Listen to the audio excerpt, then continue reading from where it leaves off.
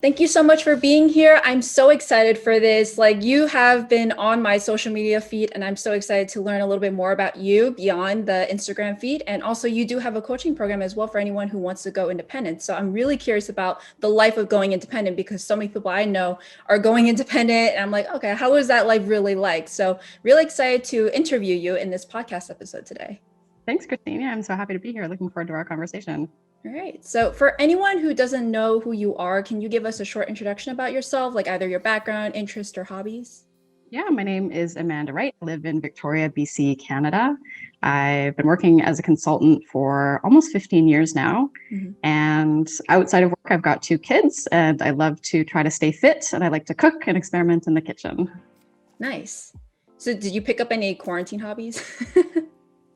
Not really. I think I got into the Netflix and just kind of chilling out at home. I read a lot of books, which was great because I love to read. But yeah, no, I wasn't one of those people who's like, I'm going to learn a new language. I was just kind of staying busy with my consulting work, my coaching, and the kids. Sounds good. So we're going to go into that a little bit more later on. So this is like a little icebreaker I like to ask all of my podcast guests. So if you had all the time in the world, what would you be doing? I mean, in a non-COVID situation, I would just be traveling the world, probably. I wouldn't be working. I would just be traveling and exploring new countries and just keep jumping from place to place and not have a set fixed home address, probably. That's what I'd love to do. So you would want to be like a digital nomad then? I would love to do that. Yeah. It's obviously not possible right now. It's COVID and then with my kids being in school, but yeah, long term, that's something I would definitely want to do. Actually, that does lead to my very first question, which is like, I saw you majored in molecular biology in college, which I was like, whoa, I did not expect that, because it seems very different from consulting. And then you later studied, you took you got an MBA, and then you eventually got into consulting. So how did you make that jump? Was it because you wanted to travel around the world? Yeah, I have like a super random background. So it's always a challenge when people ask me to describe myself and, what is it that you do? And I'm like, well, I do so many things because I'm the type of person who gets bored really easily, likes to always be learning, and could never see myself doing just one career for my whole life. So in high school, I really loved science. And, my dad is a PhD chemist. And so I think he thought I could go on to be a professor as well. So I sort of got nudged very strongly to go into sciences at university and really loved molecular biology. Like I wanted to be a geneticist or a doctor or a researcher or something like that. But after graduating, I went and worked in a research lab for a few months and was doing genetic analysis on sea cucumbers of all things. And I realized this is fascinating to learn about, but I don't actually want to work day to day. Like I don't want to work in a lab. I don't want to do this. It's really solitary. You're kind of by yourself a lot of the time. And so just on a whim, actually, I kind of applied to the MBA program thinking like, this sounds interesting. It could open up a bunch of doors. You're not tied to just one thing. You're going to be learning about finance and accounting and HR and strategy and have a bunch of experiences. So I ended up doing my MBA and had a wonderful experience, loved it, went on exchange to France did the first semester of a Master of Science in Finance program. So that was sort of my specialization, was finance, because I love numbers and analysis. And then consulting was also not something I ever planned to do or had considered as a career path. It was sort of, again, just a chance encounter with one of the career coaches at my university. Said, hey, I have someone I think you should meet. He works in management consulting. Why don't you go have a coffee with him? They're looking to hire some more experienced people. And so I just had a coffee with him. It went really well, went through, the formal interview process with the case and all that, and ended up getting hired as a strategy and operations consultant. And so I loved it. Like I love consulting. I still do, because you're constantly doing something different. Every project is different. You get to move between industries. You get to work with new teams and new clients all the time. So it satisfies my need for variety and constant learning. And so, yeah, that's kind of like my story of education through to consulting. And then obviously made some different decisions to go out on my own later on. And actually, I think like that kind of transition is pretty common. I feel like most people, they have like a very sedentary job and they're like, oh, I'm so bored doing the same thing all the time, or that I'm only working by myself. And then you got kind of like a huge shift into consulting where it's like the opposite. So I'm kind of curious, but like, were there parts of consulting that you felt was too chaotic for you, or you enjoyed the chaotic? I think before I had my kids, like when I was in my late Mm, 20s, I liked the chaos. Like I liked having deadlines and I liked the whole team coming together because, oh, we've got this big presentation to the mhm, steering committee in the morning and you'd be up until 2 o'clock in the morning working on a deck. And I like got a lot of energy from that. I also really enjoyed the travel at the beginning. Like I had a mhm. project in Puerto Rico Oh, for six wow. months. So I missed the Canadian winter and got to go hang out in Puerto Rico at a beachfront resort for 6 months, which was like the coolest project ever. So I really loved that aspect of it. And I think it was really only after I had my second baby and was Mm, coming back to work where I just felt like, oof, I can't do this anymore. Like I can't stay mhm. up until 2 o'clock in the morning. I can't, keep up with everybody else in terms of the number of hours that they're putting in. And it just became a lot less enjoyable, I would say. Mhm. So this is where I think like I actually saw in an Instagram post of yours that like that's one reason why to go independent is that you kind of dictate your own hours and your flexibility. So can you tell us about that experience? Because when I think about going independent, I'm like you're all on your own. You don't have any teammates to rely on. So if there's a deadline coming up, you can't just pawn it off to someone else. You have to do it yourself. So can you give us a little bit more clarity about how that experience is like? Yeah. So, I mean, maybe first I'll sort of share the story of like Okay. why I went independent. And it was Okay. really like I went through the classic burnout. And I don't know if you've Mhm. ever experienced that before, but like a full on physical, psychological kind of breakdown from stress and the pressure that I was putting on myself to Mm. be a great consultant, a good parent, a good partner, and just try to like maintain some semblance of my own health. And it just like all fell apart kind of quickly. So, my company was very supportive. Like they, were trying to offer me all these different accommodations. I was working kind of a part-time schedule. They were trying to maybe put me on internal roles instead of client facing, but I was like, I don't really want to do that. So I ended up taking a leave of absence to just sort of like figure out what I wanted to do. And I was Mhm. thinking at the time, like maybe I'll just do something completely different, like not even be a consultant anymore. But I think through that time of self reflection, I realized, no, I actually really, really love consulting work. I Mm. just don't love the environment and the time pressure and just some of those factors. And so Yeah. it was actually just a friend of mine who suggested to me, why don't you just go out on your own?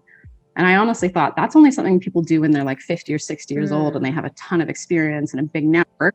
And he's like, no, no, I know lots of other people who are like your age and they're women and they're doing it. I'm like, oh, okay, cool. So it honestly happened that easily for me. I just went, okay, I think I could do this. And ended up just landing my first contract. And that led to another contract, and kind of got going that way. So your question about like, yeah, what are some of the benefits of being an independent consultant? And it really is for me the flexibility and the ability to control my schedule. So for the first year, I only worked 3 days a week because Oh, that's what wow. worked for me and my schedule with my kids. So even though I was working way less and I took a huge chunk of time off, because you're actually keeping 100% of the fees that you're charging your client, Mm. I made twice as much as I did when I worked at Deloitte in my first year, Wow. working 3 days a week. So to me, it was like just a no brainer. Like this is the best setup for me personally, for the goals and the professional things that I want to achieve, and for being able to maintain that balance and still be present for my kids.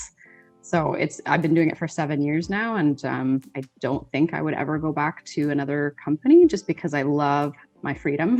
Freedom number one, earning potential probably number two, but those are kind of my main motivators for why I do it this way. Wow, now I'm tempted. I didn't know it was like that much of a jump for just doing less work. I mean, it does make sense because a lot of the firms they take a huge cut, and when I see my billable hours, I'm like, I'm not close to that. Yeah, if you kind of do the math and you look at what your company is billing your clients, I don't charge as much as, Deloitte would be charging, Yeah. but I kind of try to find that sweet spot of I'm not just a mediocre person, but I'm not going to charge you the incredibly high marked up rates either. Mm, So I think you can find a nice place to play in there. And then you get paid for every single hour that you work, which is also mm, very different from working for a company where you're often doing a lot of, I don't know, internal firm yeah. initiatives or BD or whatever. And so if you can get good at selling your own work and basically being as utilized as possible on your own projects, then yeah, you can make quite a lot of money. Mm. So actually, that leads to my very first question, which I'm very curious. I think like most independent consultants that first start out are going to have this issues. How did you even get your first client? Was it through like networking of people that have known about your work, like maybe people who left consulting? Yeah, so I always suggest to people that you're most likely to find your first contract through your existing network and potentially someone you've already worked with or worked for before. So for me, it was a previous client who knew Okay. my work, knew I'd done a great job, and was really keen to have me come on and join him on a project. So I was lucky in that way; like it was very seamless. He basically was able to offer me a contract right before I put my notice in. Wow. So I just made the immediate transition work to independent, didn't have to spend a lot of time writing proposals or hunting down my first project. And then over time, like I think it just naturally you get referred on to more people, Mm, your reputation grows, people start to seek you out. Of course, I do sometimes have to write formal proposals and respond to things that I see on procurement sites, but for the most part, I'd say probably 80% of my work comes through just relationships.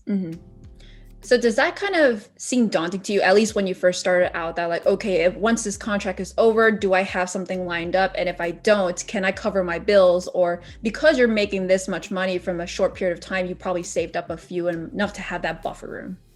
Yeah, that's what I try to sort of impart on people. Obviously, Mm, yes, there's a financial risk to doing yeah. this. And so you need to plan and be prepared and either have a really good financial cushion or somebody like a partner who could potentially support you for a little while. But honestly, if you're good at what you do and you do the type of work that you would do at a professional services firm, you should be able to make enough in the first like month or two or three to be able to carry you forward for several more months in the event that you don't have a contract or a project. So I feel like it's one of the most profitable business models out there.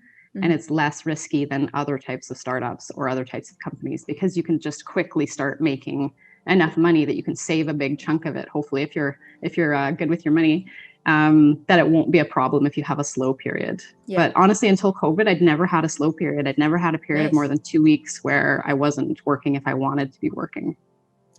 So I know like at Deloitte, you were in strategy and operations. Is that currently the type of work you're doing right now? Yeah, I do almost exactly kind of what I used to do at Deloitte. And I often actually work on projects with other Deloitte people, which is great. Oh, So it's wow. like people I still know and people from other consulting firms, smaller firms here in Victoria. So I'm often not really alone necessarily, which is nice. And yeah, still doing the same kind of strategy and operations loosely kind of work. Like I'm a generalist, like I said at the beginning, I'm bored. I like variety. So I do a wide range of services and I'm not really someone who's a specialist in any one thing. So So how does your role actually fit into client projects? Are you working with other consultants? Are you working as like almost like staff augmentation with the client itself? Like how does that work out? Because you're just a one person team, so you can't do everything yourself. So are you working with other people or you are a one person team? it's a huge mix, like from project to Okay. project, it really varies. So in the past several years, I've often found myself playing a role on a broader team on a big business Okay. transformation or digital transformation within government. So I'll be one of like 100 other consultants, right? Mm, So I'm brought in to play like some specific role on some specific team, whether that's, setting up and running a PMO or leading a communications function or helping write the yeah. funding request to get, funding for a big project like a business case. I do that quite a lot. Sometimes I am just the one person who's brought on for a specific thing. So one time I was hired by a CFO in one of the ministries to do some jurisdictional research and analysis and write like a discussion paper on an issue that government was facing.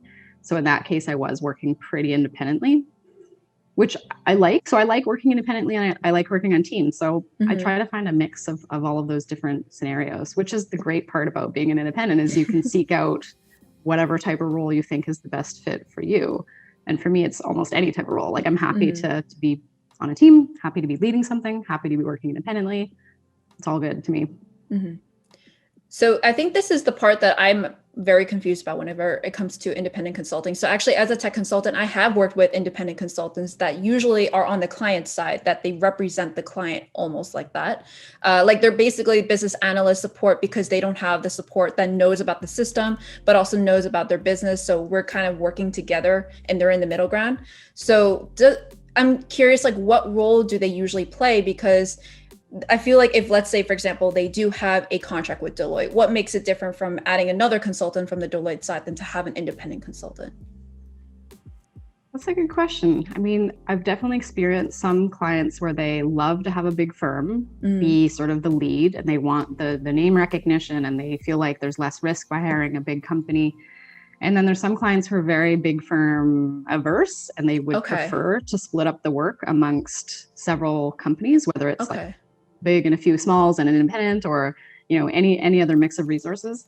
I think there's some, especially the types of clients I often work for in government, they're a bit more price sensitive too. So they Okay. often will try to find some skilled independents who might have slightly lower rates than a firm might have, just to add to their skill set and keep the cost down for the overall project. So I would say again, it's very varied and Hmm. depends on the client. But I've seen all of those different kinds of arrangements. Hmm. Interesting, because the one where I said I worked with an independent consultant, it was a nonprofit, so they're probably price sensitive there. Yeah, probably. Yeah. Yep. Yeah, so I mean, there's a broad range of independent consultants, and I've discovered that a lot of people call themselves consultants, and it's Mm, not the same mindset that maybe you and I would have after mm, having come from the formal kind of management consulting yep. environment.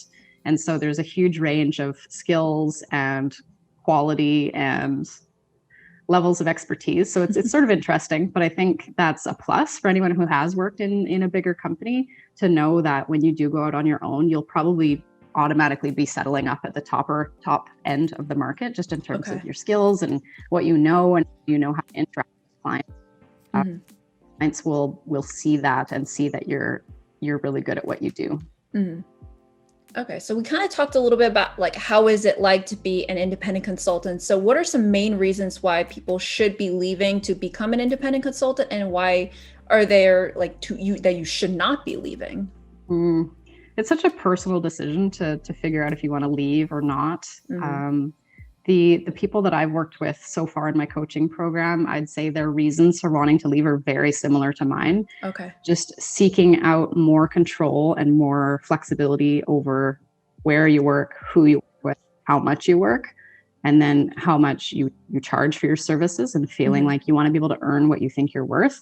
Um, because the firms, they're great places to start your career. They offer such good training, mentorship, coaching, like all of that stuff. You get great experience working Hmm. on all kinds of different projects, and that's hugely valuable. But I think a lot of people get to a point where they realize, like, hey, I'm really being undercompensated compared to what I see other people doing and what other people are making. And for Hmm. me, that was frustration. So I think some people just get to that point in their career where they realize, I'm ready to do something else, and I feel like I have enough skills and experience now to be able to do this on my own. Hmm. So I think that's usually what most people are seeking when they want to go out on their own independent. Okay. And I think like on top of being a consultant, you're also an entrepreneur. Like how did you deal with that aspect? You have to do marketing, finance. I don't even know what else there is, like payroll if you do have other people that you work with. Yeah, I mean, I would say it took me probably 2 years to figure all that stuff out and get Mm, my foundation of my business in place, because I was kind of playing it a bit loose. Like, I don't know if I'm going to do this for very long. So I don't know if I want to set up all these structures. So I didn't actually incorporate for, yeah, probably 18 months or 2 years. And mhm, then I finally hired a bookkeeper and an accountant and got all that stuff set up for myself. So it is a bit of a learning curve. And that's a big part of what I teach in my program too, is just the mechanics of, mhm, should you incorporate? What does that mean? How do you set up your financial systems? What does it mean? Like, how do you look at your numbers to know if you're profitable? How do you mhm, manage your cash flows? How do you get good at business development? Kind of all those different pieces. It takes some time, and there is some stuff to learn. You can mhm. definitely learn it on your own, but I think it's helpful to have someone guiding you through the process. Yeah, and that's great because you have that coaching program that can definitely lead people to learn about all those answers that they're looking for. Yeah, it is a lot to learn, and you can, like, I figured it out by Googling things and trying to go for coffees with like a bunch of different people, Mhm. and I probably made some mistakes, and I probably should have incorporated sooner, and all of those things. So what I'm trying to do is help people avoid some of those, like, challenges and, Yeah. things that I might have done wrong, and just help them accelerate their path Mhm. and get up to the place where they're successful and making money a lot faster. Mhm. So speaking of numbers, can you tell me like how do you even start to figure out your rates? Because I feel like when I first started career coaching, I started very low. I didn't even know where my worth was there. And then now I have to go a little bit higher and higher each time. But even so, I can't tell where's the sweet spot because at a big consulting firm, they can charge a lot because they can utilize their network. But as an independent consultant, you start up that high, you're like, oh, what is it? What do you think you're doing? So how did you approach it? Because I think a lot of people might even think about imposter syndrome and say like, oh, I'm not worth that much, but you got to make things work. Absolutely. When I first started, I had absolutely no idea what to charge. Like I did not know what any other independents were charging. I knew what Deloitte used to charge for me, but felt that imposter thing of like, I couldn't possibly charge that, you know? So I took some advice from somebody and just said, okay, like this is what I'm going to charge my hourly rate. And it was way too low. I realized probably about a year in, like, oh my God, this is embarrassing. I'm undercharging. So it was just a process of like slowly building up my confidence, talking within my network about what other people were charging, experimenting with putting in proposals with new rates and seeing how it was received. Like, did I win? Did I lose? Was it because of the rate? And it's a bit of an art and a science, I would say. So yeah, a part of it is doing a bit of research and understanding what the rates are in your market for your types of industries and clients. And then the confidence piece, being really reflective about your worth, all the experience that you bring to the table, the value that you're able to generate for clients, being able to speak to that value. And then it becomes a lot more easier to just like put a rate out there that's quite high and have a client go, yeah, totally, that makes sense. So you probably learned in the art of salary negotiation as you get each contract. Basically, yes. It's interesting though. It's often not really a negotiation, like it would be in a salary. Like you're not usually having like a back and forth in-person discussion for when you're bidding on consulting projects. It's more often you're putting a number in a proposal and then the client will either say yes or no. I don't think I've ever really had anybody say, well, could you maybe just drop that by X percent? It's usually just like they accept it or they don't. Interesting. Okay. So speaking of rates, because usually at least with the big consulting firms, we take in consideration of travel expenses. I mean, like now with the pandemic, it'll be different, but did you choose projects that are specifically in your area so you don't even need to travel? I think that's like one benefit of being independent. You can choose where it is, what kind of projects it is. So, or did you purposely choose those projects to let you to travel? But I know you also have kids, so I don't know where that would fall. Yeah, I mean, I kind of made a decision when I had kids to try to stay local as much as possible. And again, my firm was very supportive in trying to find me projects locally. So because I live in Victoria, it's the capital of BC, a lot of public sector work happens right here locally. So it just kind of happened that that's where I now focus most of my efforts. I have done a little bit of work with private companies, nonprofits, Indigenous nations, but mostly still either in Victoria, in Vancouver. So like very minimal travel required. I'm not doing many projects internationally or anything like that. So for me, the travel hasn't really been a factor at all. So I know like you're wearing multiple hats because that you're an entrepreneur as well. So, but I also heard you outsource. So do you think you're working as much hours per day or you're just kind of condensing it into a few number of days? Well, because I'm trying to do, like, I'm still delivering consulting projects and I'm doing my coaching program. It's a little busy right now, but I'm very much not a person who wants to be working full time all the time. So I do work kind of 5 days a week, but it's not really like a solid 8 or 9 hours. It's I try to break it up. I'll take breaks to do something with my kids or go do a workout or go for a walk with somebody. So I like to, it's not that I'm lazy, but it's more like I want to be super efficient with my time and I want to be work smart and try to scale my business if possible. Like the hourly billing model is a problem for me. I don't love it, but that's just sort of the game that I'm in right now. But I would love to over time figure out ways to, work and think and build something once and then potentially have it create revenue for my business on an ongoing basis. And have you ever considered actually hiring other consultants as well? So it's not just like an independent consultant, but a team that you would bring up to a client project? Yeah, I've done that, not as employees, but as associates. So I've worked with probably 4 or 5 different associates at different times to either help somebody else get access to a contract because I have contract vehicles in place, or to assemble a team of people who have really specific skill sets to meet the needs of a project that requires several people. So I've definitely done that, and that's worked out pretty well generally. because yeah, there's certain types of work that I can't do by myself. So it makes sense to bring on other people. And so luckily I've built a bit of a network and starting to continue to do that of people who are highly skilled, like they're former Deloitte colleagues or former EY colleagues or whatever, like people who I know have what it takes to be successful, and they're people that I like to work with. So that's a nice thing too. When you think about being an independent consultant, it doesn't mean you have to do everything all by yourself, or that you'll always be working alone on a project. That's not at all true. There's tons of ways to have associates, be a subcontractor, bring on subcontractors, partner, collaborate, form a collective. Like people do it in all kinds of different ways. So it's pretty cool. It's pretty interesting. Yeah, I think I would definitely say that's a misconception about independent consulting, because I thought you're all alone. I'm like, oh, that's too intimidating. I feel like I would be swallowed by everything. Why would I want to leave? So yeah, that's really good to know then. Yeah. And so in my program that I'm doing, I'm building like a little online community too. Yeah. So there's people who are making connections and relationships with each other. They're finding people who are aligned in terms of the types of work they like to do or their skill set, and they're partnering up and subcontracting to each other on stuff already. And they only finished the program like 2 months ago. So nice. It's pretty cool to see. And I think it's going to be a great mutually beneficial thing for me too, is like I'm almost finding my own little recruitment pool of associates that I could potentially bring on to projects in the future. So it's like a win-win, I think. And I think like you constantly mention your network about like figuring out what are the people charging for rates, like other projects out there. So how did you start building that network? Was that from just a typical professional network, or did you purposely reach out to a network of independent consultants? Yeah, I mean, I think up until very recently, I wasn't super active at that. Okay. It's not a skill that comes naturally to me because I am quite introverted, and I don't know. I'm not the type to just reach out to strangers and be like, hi, I want to connect with you. So really my network was the people that I did my undergrad with, the people I did my MBA with, the people I worked at Deloitte with, previous clients, other friends, and I started kind of small that way. But that was enough. Like that was enough, just the people that I already knew, to be able to find my first couple of years worth of contracts.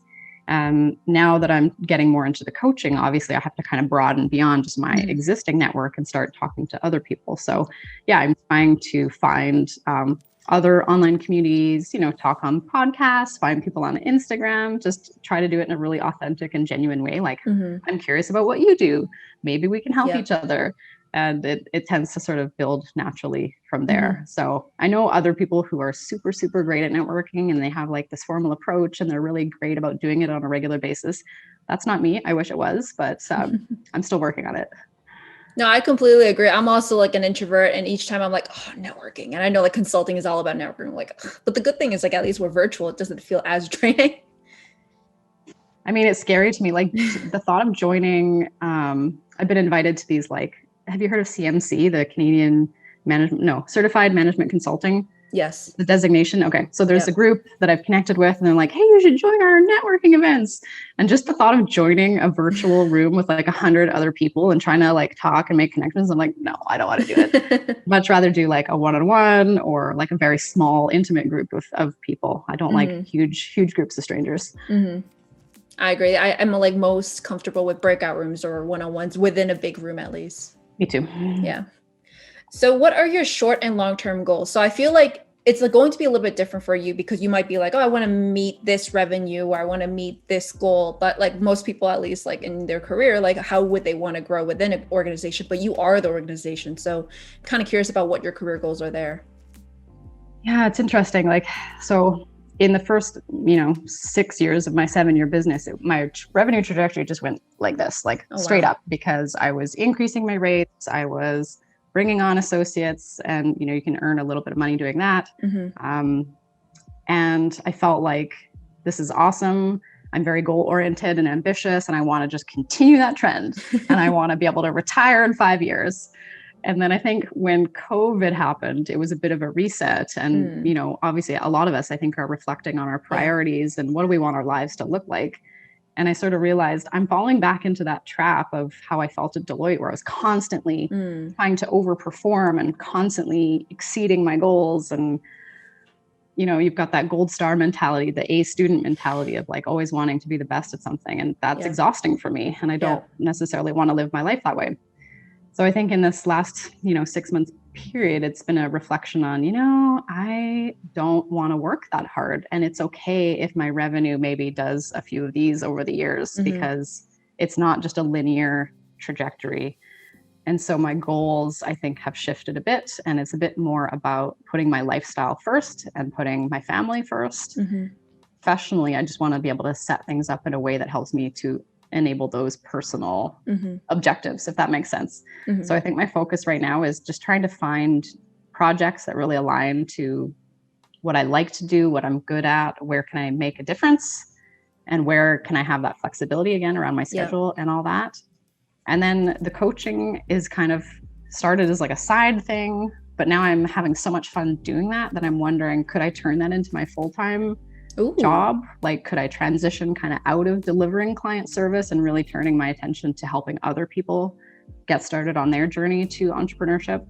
So that's exciting to me. And I don't know if that's how things are going to play out. Like, there's a lot of variables, but my goals are to start paying it forward and start helping other people achieve their goals, I guess, if that makes sense.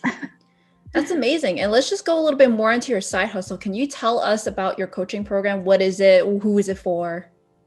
So really, I was just thinking about myself when I was at that pivotal point of, should I quit my job and go independent?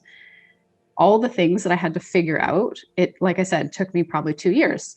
And so just with the pandemic and thinking about what else could I be doing and how could I maybe create a completely new service offering in my business, I had this idea for this coaching program. So I just started putting all those pieces in place and sketching out a framework for what I thought, the journey should look like for somebody who's making this decision, and really just pouring all of my knowledge and expertise into an 8-week series of videos, workbooks, case studies, templates, and all that. And just kind of packaged it up into this program that I called Take the Leap, because that just seemed like a very logical name. Like, I'm going to help you take the leap, like jump out of your job and go pursue independent consulting. So I did the program for the first time in November, and I had a great group of women join, and they all were so amazing and awesome. And it just did exactly what I wanted it to do. They followed the steps. They launched their businesses. Some of them were having incredible successes already. And there's this nice little community of people that's now formed and is staying connected. I basically brought them forward into the next couple of cohorts just because they were so excited to remain involved. So it's been really rewarding and really fun, and a ton to learn. Like, oh my goodness, launching a whole new thing is so different than launching just a consulting business. Like coaching, consulting, there's not a lot of overlap. I had to do the full-on online business thing, which I didn't have a presence before this. Like, I'd never had a website. I didn't have a social media presence for my consulting business. So it was a lot to kind of get up and going. But I've been having so much fun. Like, actually, it turns out, I love making graphics, and I like writing captions for social media, and I like writing articles and blog posts, and I like speaking on podcasts. So it's been just a really fun kind of, like, a fun period in my business. I love it. It kind of almost seems like, I know you were even pondering about, like, okay, maybe I could make this full time, but what would be that tipping point? Is it that, like, if you make the same amount of revenue over a certain period of time? I don't know. Yeah, it's such a good question. Like, people have been asking me that a lot lately, because I still like consulting. And if I'm going to be teaching people how to go and be excellent independent consultants, I probably still have to be in the game myself, I think, to be sharp and like know what's going on. So I can't say I'll ever drop completely doing consulting work, but it might take a backseat over time. So yeah, it'd probably be a combination of, can I make enough money doing coaching to be able to let that go? I think that might take a little longer to build up than I thought. But we'll see what happens. I guess that's kind of the exciting part of entrepreneurship, is like, things change all the time, and you can change your mind anytime too. So I like that. Yeah. So what were some lessons you learned as an entrepreneur in the consulting business? And then what were some lessons you learned as an entrepreneur in the coaching business? What were they? Were they the same? Were they different? What were they? Yeah, they're just so different. I don't know if I've had time to synthesize my thoughts on the ways in which they are. The challenges of starting my first business, like initially when I went out on my own, the pieces I wish I had known were, what are the steps I need to take, and what are the pieces of the foundation I need to be putting in place? Those things we talked about, like incorporating it, insurance, learning about contracts, getting advice on my books and my finances. I wish I had done that sooner. That was kind of the big lesson that I learned. that time. So this time I already knew that stuff. That was no problem. This time I had to learn a whole bunch of new skill sets that I didn't have before. So digital marketing and graphic design, and knowing when to buy services to help you. Like, so I've invested in some people like copywriters and designer my website, and I've invested in Facebook ads just recently. So I think they're completely different. And I think you have to just be open to learning yourself and asking for help and hiring other experts when it makes sense to hire other experts, because they can definitely accelerate things for you. All right. So that's actually most of the questions that I have about independent consulting and your coaching program. So I'm kind of curious about, do you have any particular advice for anyone who wants to become independent other than joining your program? Yeah. Sign up for my program. No, I mean, obviously there's other sources of information out there. There's so many sources of information out there, and that's maybe a hazard, as you could get overwhelmed. But yeah, just seek out some advice, like ask for help. There's no harm in asking somebody else who's already done it, who's maybe a couple years ahead of you, and get their tips and advice on like what you should be thinking about, what you should be looking out for. And I would say just generally, it's a great idea to be thoughtful and plan in advance. You know, it doesn't have to be this hard stop transition, like I'm quitting and I'm going to start a business. It could be a period of many months or even a year where you're still working full time, but you're thinking ahead and thinking, that's my goal. I want to start my own business. What do I do now to put all those pieces in place? So can I start doing some side hustle, independent consulting work? Can I name and incorporate and brand my company in the background so I'm ready to go, like as soon as I make that decision?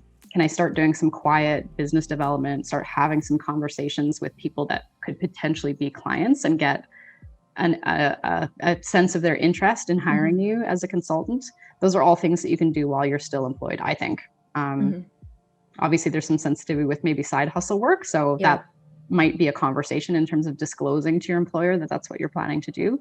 But there's no reason why you can't be thoughtful, planning, putting those pieces in place so that you're 100% ready to go when you actually quit.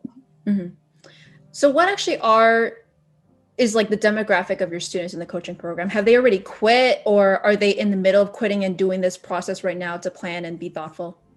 It's a mix. I would say probably about 80% of the people are still employed, so full-time jobs, and they want to do this on the side slowly and then give their notice. A couple other people have like recently quit, and so they're just getting started out with their business and maybe have had their first client, but they really want help. Getting all those foundational pieces in place and getting support with getting better at sales and business development and managing their money and working with other consultants. And what would you say is the struggle for specifically women in consulting? Because I noticed you targeted specifically women. I know like you're also a woman yourself, so it probably works really perfectly, but kind of curious like why you targeted women, and also like what were some kind of struggles that you even faced as a woman in consulting? Yeah, I think it was a decision which I might revisit, because interestingly, a lot of men still reach out to me. And I actually allowed one gentleman into my program in the last cohort, because I knew him and I knew he was a very equality minded, not the traditional like macho guy who was going to dominate the conversations. He was very kind and thoughtful, and I knew he would just be like totally welcome into the group. But in terms of wanting to work with women, it's not that I think we need extra help, but I think we just have different considerations, like especially those of us who are moms or who have like a bunch of other interests outside of work, or who might have specific confidence or mindset or imposter syndrome kind of issues. That's sort of what I wanted to speak to in my program and help people out who are struggling with some of those issues that I have also struggled with throughout my career. So that was sort of the intent of working just with women. In terms of some of the challenges I've faced, like, I think, hopefully this won't be a problem as I continue to get older, but I don't want this to be a problem for other young women who are going independent. Like, sexual harassment is still a big issue. It's not something I experienced when I was at Deloitte, because I think there was more, like knowledge and awareness of how to behave professionally and appropriately. And you're sort of protected by the firm. When you're out on your own, you lose all those protections. And so when you're just an independent consultant working for a client, what happens if your client is making inappropriate comments to you or hitting on you or asking you really personal questions and you feel uncomfortable? Who do you go to? you're not protected by an HR department. You don't have a partner or like an Yeah. HR person you can go talk to within your firm. You're kind of all alone. And what I've experienced is I took the route of speaking up for myself and confronting the person, but ultimately nothing can really be done. And if you don't feel safe and if you don't feel comfortable, it's you who has to exit the situation. So I still feel like that's a really unfortunate, I don't know, situation that can arise if you're a woman who's on her own. So I speak to that in my program too, and offer just some tips and advice on how to navigate those kinds of situations. But it's just a recognition of you have to be safe and you have to be looking out for yourself because no one else is looking out for you anymore. Wow, that is definitely something I didn't even think of, which shows I have privilege for being in a big consulting firm. Yeah, it's funny. It's funny I didn't have that problem when I was working at Deloitte. It happened more often and has happened several times now that I've been out on my own. So do you personally like have removed yourself from the situation, or it's gone to the point where you can move on? Both. So I think at one time it happened, I was able to navigate. It was a big project, like one of those ones where there's like 100 people. So I was able to sort of negotiate a transition to a different role. Okay. So that was okay. And then I didn't have to interact with that individual anymore. But another time I was hired by a startup company, and it was just me. And it was the founder of the company who was the problem. So there was a period of maybe about a month where I was trying to figure out, can I navigate this situation? I was trying to solve the problem for them and be like, we need to bring in, sexual harassment training for everybody in the company because this is an issue. There's a culture issue at this startup. Ultimately, I realized like I can't solve this problem myself. And I don't feel comfortable working here anymore. So it was really, really unfortunate. I ended up just having to walk away from that contract. And it was really like a terrible situation because it was super interesting work. I had a really great rate. It was a long-term engagement, but ultimately I was like, I can't stay here. I don't respect this person. I don't respect the company culture that they're building. It just like I gotta get out of here. So I know like this is probably blowing it out of proportion, but maybe it's not. But do you have a lawyer to go to for any situations like this? I've consulted informally with lawyer friends, but I've never yet like hired a lawyer to do anything about a situation like that. Just because honestly, I don't want the stress and the strain in my life. I just figured, you know what, it's fine. I'll find another contract. And I did. I instantly went back to one of my previous clients and had a contract within like another week. So it wasn't a huge like hit to me financially, but I would say to other women, if you're in a situation where your livelihood is being impacted by some jerk, legal advice would probably be a great thing to seek out. Okay. Yeah, I was just like thinking if I was in that situation, if I brought in a lawyer that could be just spending more money for all those legal fees doing this when I could just be going out. But then again, this may happen to another person. So it's kind of stuck there. Oh, I know. And there was other women working in that company too. And so I was trying to have conversations with them about like, be careful, like watch out for this guy. And but I just ultimately was like, I can't solve this problem. Yeah. I can't invest a whole bunch of my time and money in trying to fix this for them. It's not my role. Yeah. I learned a lot in this podcast episode. Like, actually, you're the only person I've spoken to so far that is an independent consultant. I've worked with them. I knew people who have left Accenture to become them. I just never have actually heard about like, how is it really like? So this definitely brought in a lot of light to the experience. And I also know a lot of people in technology consulting community, they are thinking about going independent as well. So if they're men, are you like willing to potentially take them in the future? Yeah, I think actually the next cohort I'm going to do is going to be mixed or all genders, right? It's also not men and women. It's non-binary, anybody on the however they choose to identify. I think I'd like to just do a completely open, inclusive cohort next time. So absolutely, men and women, everybody would be welcome. Okay. And do you know when will that enrollment period be? I'm thinking of doing the next one in September because I'm hoping to take a big chunk of time off this summer. That's my plan. So I'll be gearing up to do hopefully a large cohort in September. So sounds good. And how can they find out about it? Do you have like an email newsletter or should they follow you on social media? Yeah, I have a newsletter that I try to send out every week. And then I post a lot of information on Instagram. And then I have a website as well. It's just thewrightcompany.ca. So all my information's there. Okay, sounds good. And all those links will be down below in the description or in the show notes. So Also, like, do you have any last words of advice for women or any other potential independent consultants that are interested in taking the leap? Hmm. Yeah, I mean, I would say that I love it and it was the best decision that I ever made. It's not for everybody, but if this is something that Mm, intrigues you and you've always thought to yourself, I would love to be an entrepreneur and do this for myself, you won't regret that decision. It's been just seriously the best thing I ever did for myself. So mhm. Thank you so much, Amanda. Really enjoyed this episode. thanks, Christine. It was so nice to talk to you. Thanks for All having right. me. Yep.